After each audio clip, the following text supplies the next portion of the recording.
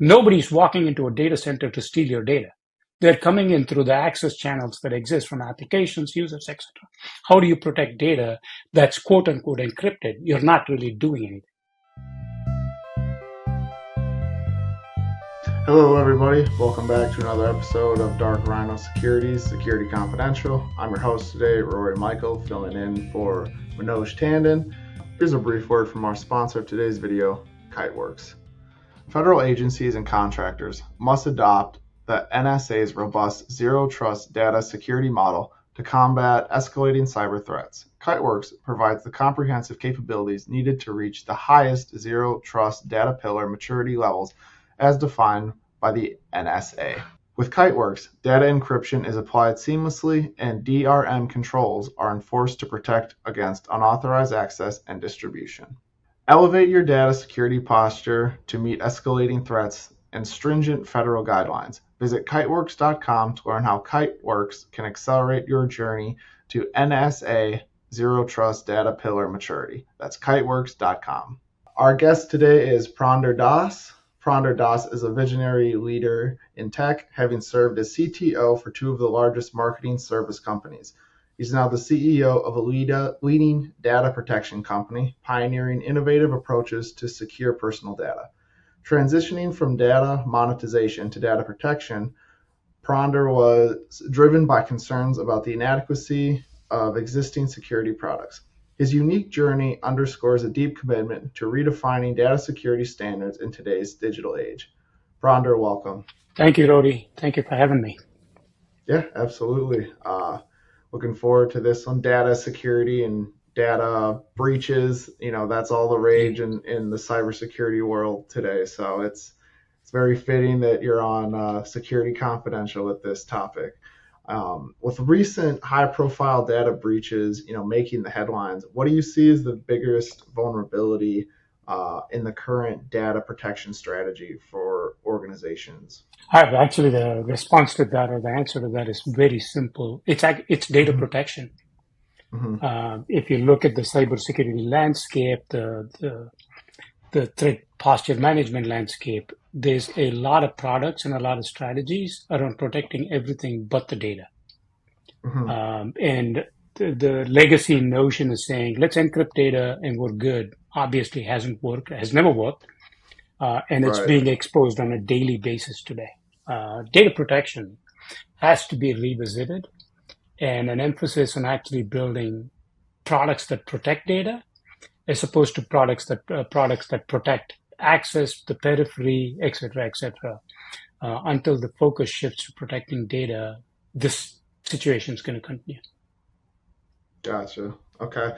So what is it about the data itself that makes it such a valuable target for criminals and cyber hackers? And again, I mean, not to be a smart ass, it's simple, right? I mean, data is the new oil. That's what they kept talking about.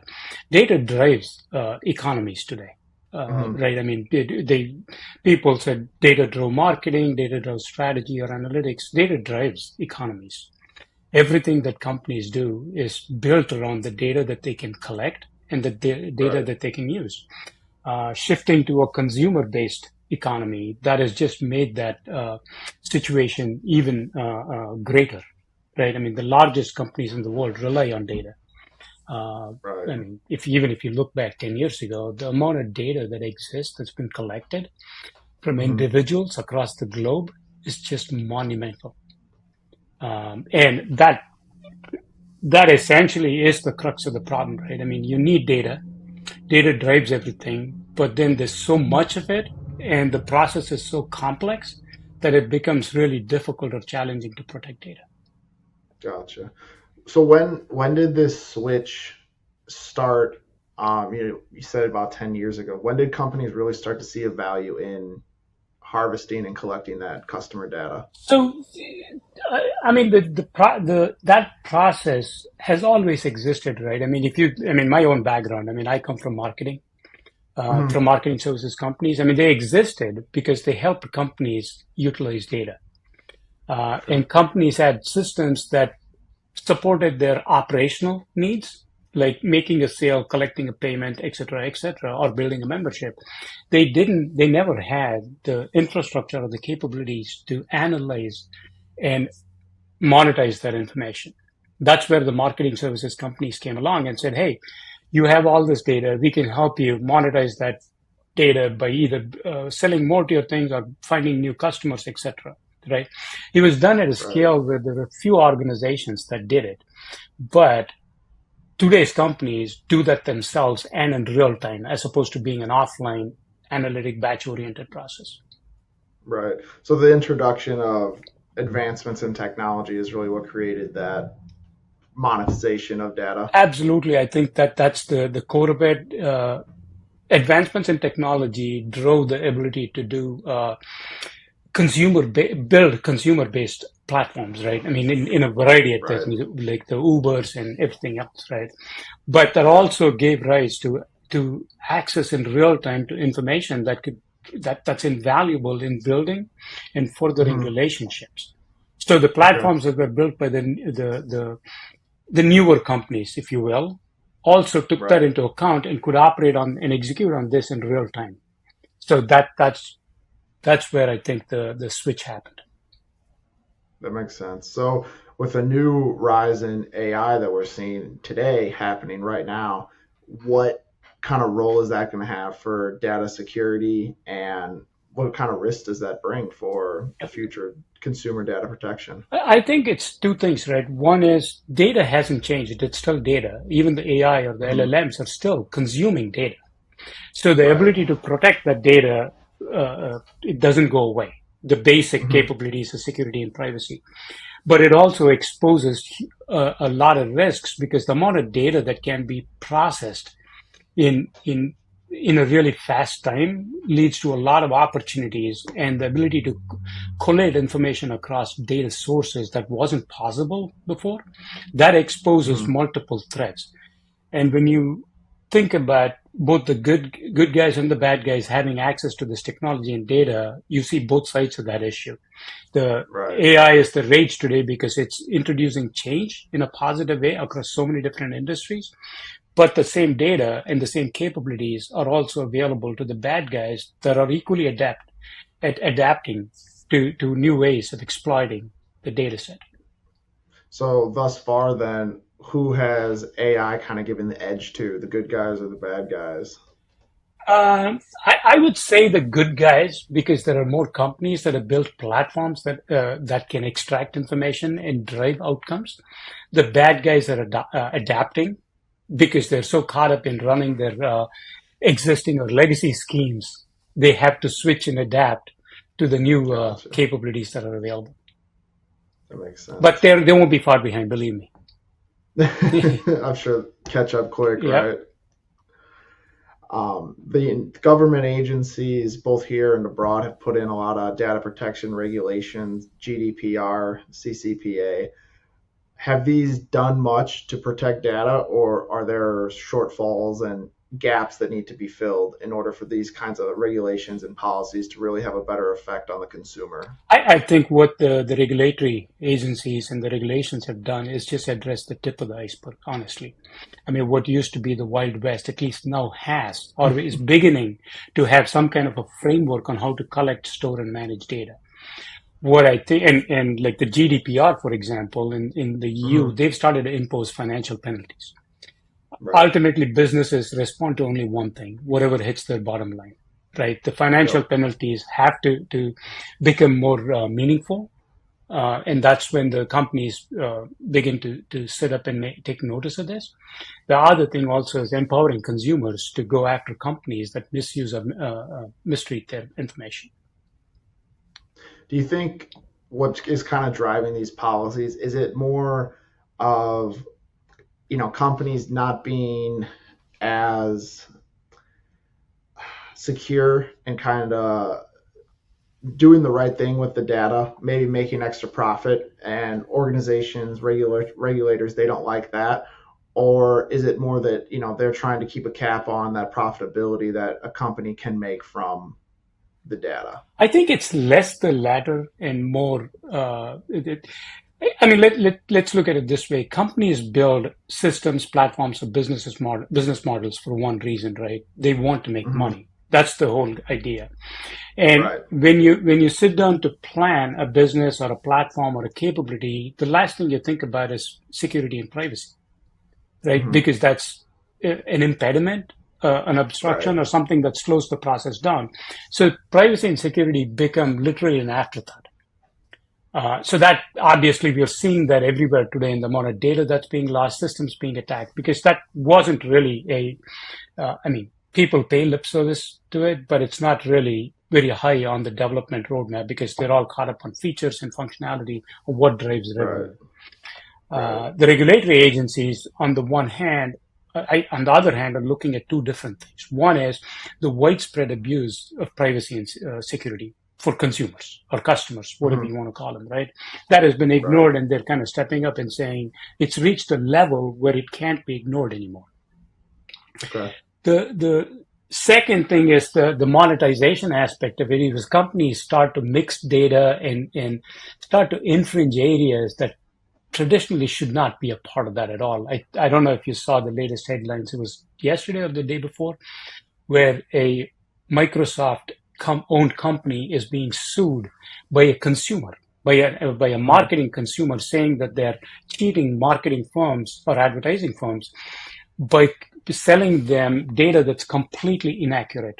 They've cited instances of an individual being found across multiple age groups, multiple demographics, multiple segments, and they're selling the same data multiple times to advertisers. So Right. that level of abuse or lack of care is what is Hmm. driving the other portion of it. That makes sense. Yeah. I mean, you can see it both ways, right? Yeah, There's a they want to protect the consumer, obviously, at the end of the day, and I think you're right on with coming from looking at it on the other side, the business aspect. When you're a for-profit business, security and regulation is the furthest thing from your mind. I mean, yeah. because ultimately, it's only going to hinder your bottom Exactly. line. Yeah. And I mean, security and privacy from a company, from a enterprise or an organization's perspective has always been about do the minimum, right? Right. Whether it's because the insurance providers ask for something, the regulators ask for something, your privacy law says something, your attorney says something. It's always about doing the minimum, right? And the minimum obviously is leaving the door wide open for the bad actors to get in there and steal whatever they want to. So these policies are just setting that minimum standard. Yeah, I mean GDPR, even for example, right, or HIPAA, all they say is make sure the data stays protected. You can interpret that in a thousand different ways. The Hmm. healthcare companies obviously interpret that in the most conservative way that's possible and say, let's make sure that we do the maximum because this data is so sensitive. If you flip over to something that's not on the healthcare or financial services side, they'll say, do the minimum because who cares? Right. So yeah, it leaves a lot open to interpretation, and that's part of the big problem. So, what are some of those steps then that organizations can take to better protect their data against threat actors, ransomware, I, thieves out there? I mean, I'm a little biased here, but I'll say this. I mean, one of the big challenges in cybersecurity has been, like I said, the lack of data protection. Hmm. And I think that arises from the fact that protecting data has challenges because, as we've discussed, data needs to be available for it to be useful. When Right. you think about protecting data, anything that you do is typically looked at as something that obstructs the business process or adds friction or limits what you can do with it.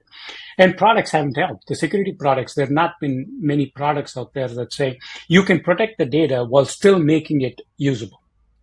Hmm. That's been the challenge. So the security has always been on the periphery, so to speak, the network, the firewall, the access point, etc.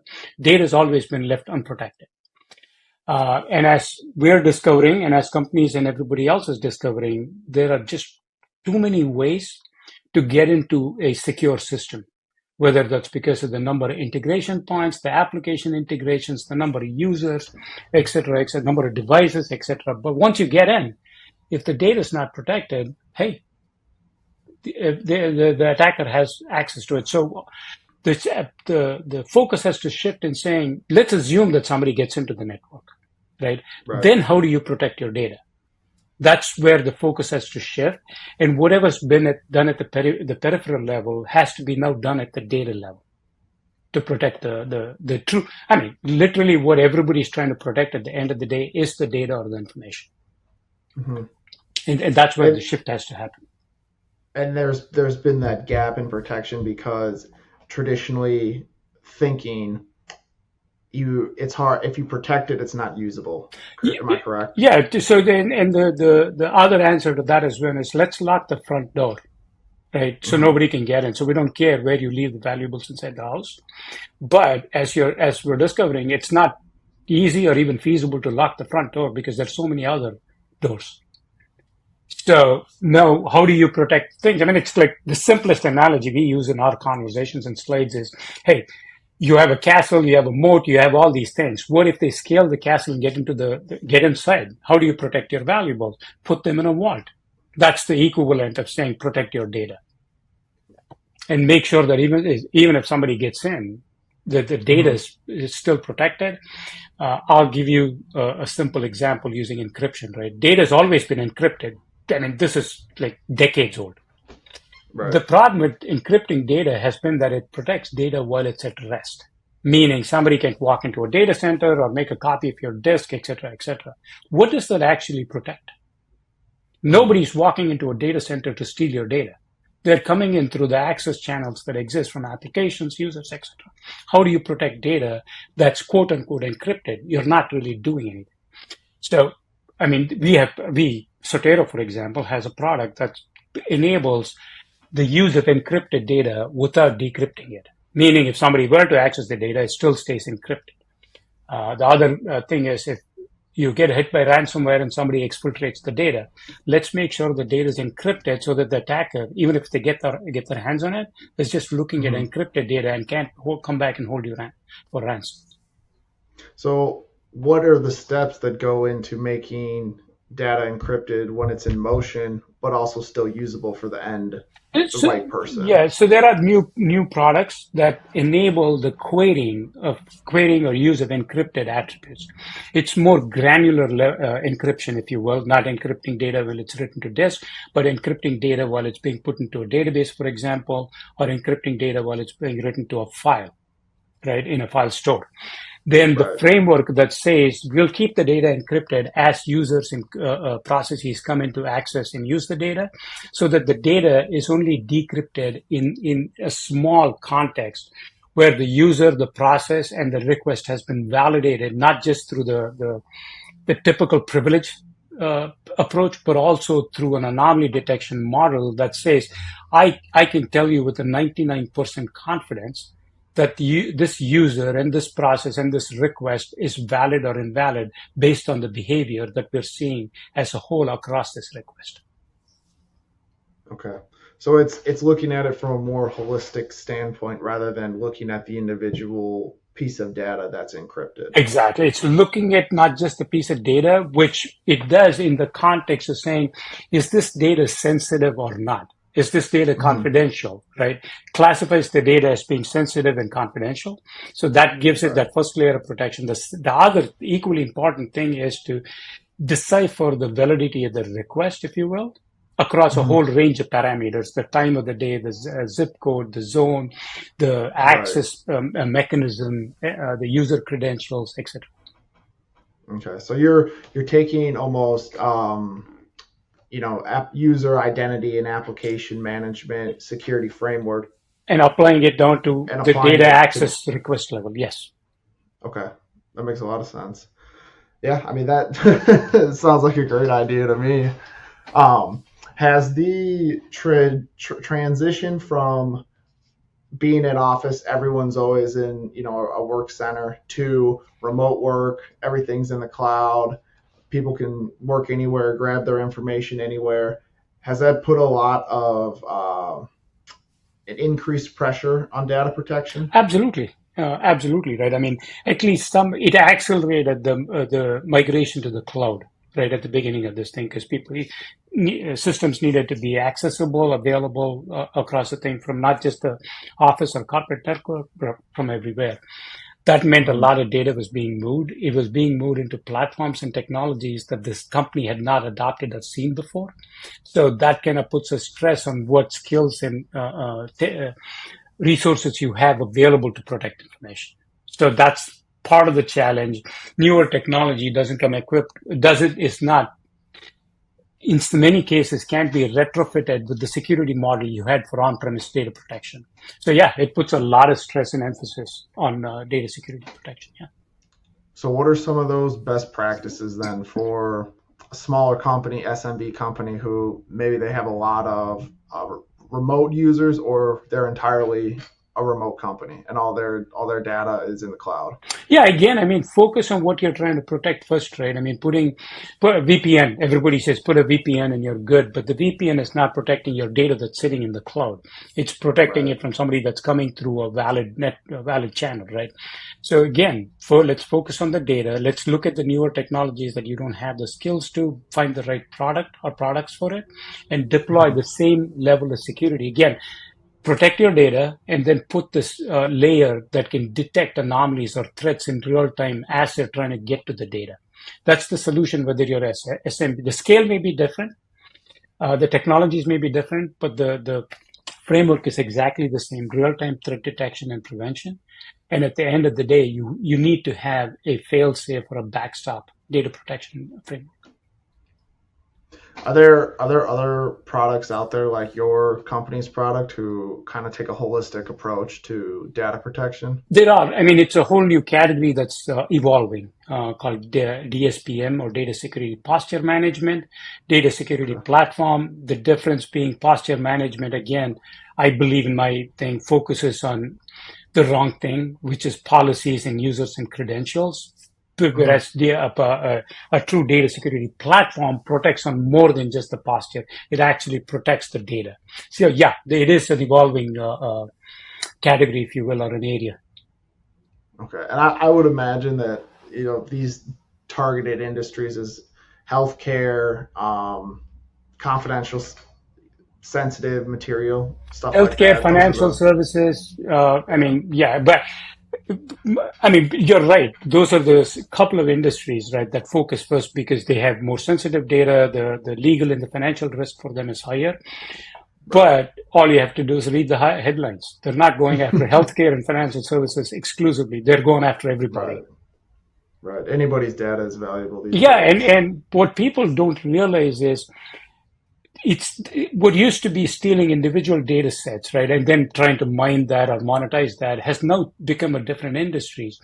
They're collecting unique data sets from across the spectrum and then collating them to build a much richer profile that leads to more opportunities. Your medical data is now commingled with your financial information. It's also Right. commingled with your credit card information. So they in many cases probably have a better picture and a profile of you and me as individuals than most companies have in this economy. Yeah. It's crazy to think about too, the amount of information that you probably have online everywhere, and Yeah, which you have it's no idea. yeah, Yeah, it's your entire persona, right? exactly. Yeah. So, from a company aspect, what is the biggest overlook that they take when they're thinking about data protection? Like, where are those biggest gaps that they need to bring their thinking forward on? I think it's a couple of things. One is, I think I mean, you can also understand their perspective in what has happened. They've spent money on what they think is data protection, right? Because the products and the consultants and the companies that sold them said, "Hey, just buy our encryption product and you're good," right? The fact that you're not good kind of is now coming to the forefront, right? And now Hmm. the companies and the thing are going like, well, we spent millions of dollars on buying encryption software. What do you mean we're not good? Right? Well, we're not good. Hmm. Right? And they've invested resources, skills, and money on building a security framework that leaves them open. So acknowledging that, kind of transitioning that to saying what we've done is not enough, and having the courage to go back and say we need to spend more money because there's really no other answer to that, to achieve Right. better data protection is part of the challenge they face. Because obviously everybody pushes back and says, how much more money do you want to spend on this thing? Right? That's one thing. The second thing is you train your entire workforce, in this context, the security teams and the technology teams, on becoming good at a couple of different products or skills in supporting products. Now those products are not sufficient, whether you're moving to the cloud, adopting new technology, trying to build a hybrid environment. Then you go like, what do I do with the team that I have? Right? Where am I going to find the resources, and how can I get them? It's not only just spending money on new products, but also trying to retrain the thing, finding new people. That's a big part of the problem. At the end of the day, they go, well, my insurance tells me what I've done is sufficient to qualify for a policy. Right. Let me see how long they can ride that. Yeah. Is that something that your company comes up against a lot when you're trying to, bring that forward thinking to We do. organizations who you're looking to sell to? We do. We run into that all the time. I mean, to be candid, there are many innovative and visionary leaders in the companies that we talk to that say, yeah, we know what we've done is not sufficient. That's why you're sitting across the table from me and talking to me. Right. The other ones go like, well, I heard company X is doing that. I want to know what they're doing. But then they fall back on like, we've done this. So yeah, we Yeah. run into both. Yeah. That's always a struggle we find too, is bringing people's thinking from where they're at to where they need to They be need as to it be, yep. relates to Yep. security. It's such a hard thing to get someone to see the return on investment. Exactly. Unless Yeah. they've been breached before, there's some sort of external pressure. It's like trying to move a boulder. Exactly. Yeah. Yeah. But this has been great for me. Very very insightful. So thank you for your time.